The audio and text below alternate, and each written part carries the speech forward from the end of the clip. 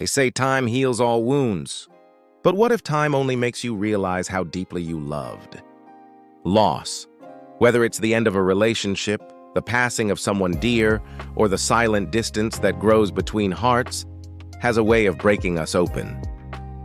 It strips away everything familiar, leaving you standing face to face with emptiness. But the Stoics, Marcus Aurelius, Seneca, Epictetus, believed that pain is not meant to destroy us. It's meant to awaken us.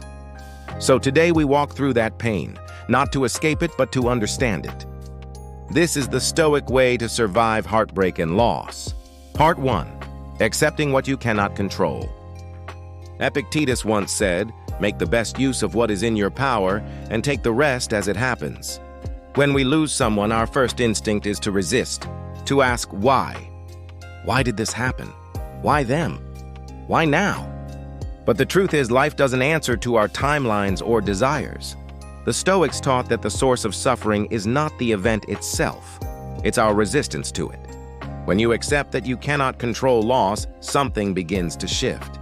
You stop fighting the waves and start floating with them. I remember losing someone I thought I couldn't live without.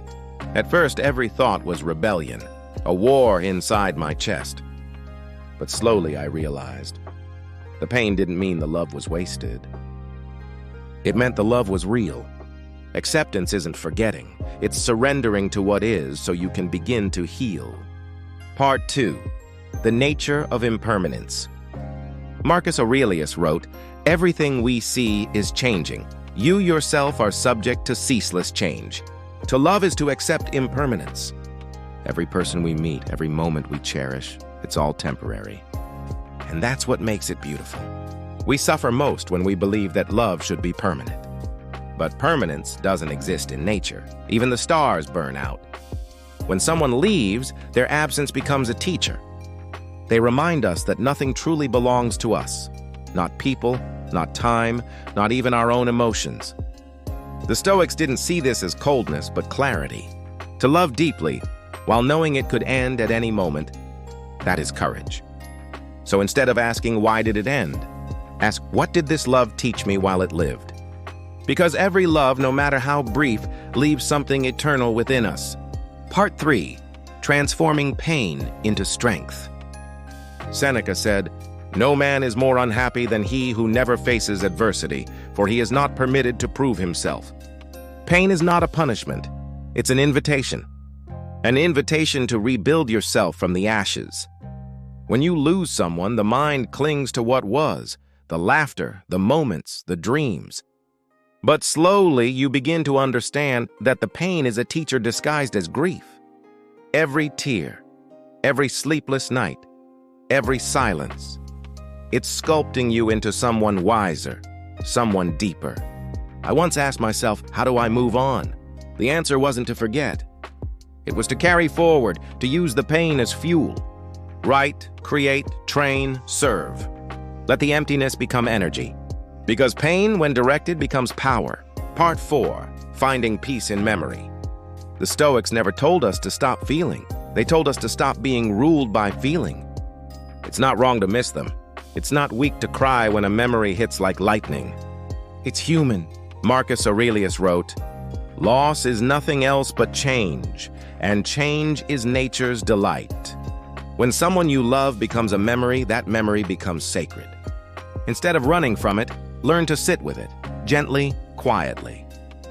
Every time you remember them, don't focus on their absence. Focus on the love that existed. Love doesn't die with the person. It remains, reshaped, silent, but still present.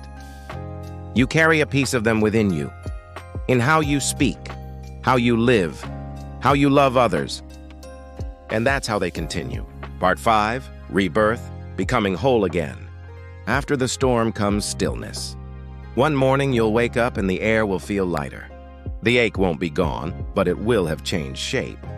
You'll realize that grief doesn't end, it evolves. It becomes wisdom.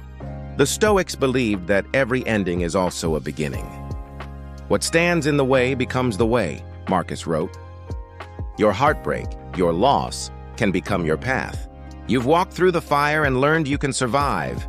You've learned to love without attachment, to remember without pain, to live not in fear of loss, but in gratitude for the moments you were given.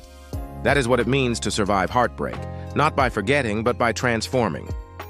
If you've lost someone dear, know this: you will never be who you were before. But maybe that's the point, because love changes us, and so does loss. Both are sacred. Marcus Aurelius said, "Do not act as if you were going to live 10,000 years. Death hangs over you. While you live, while it is in your power, be good." So love deeply, forgive often. And remember, even in loss, you are still surrounded by life. This is the Stoic way. And this is how we endure.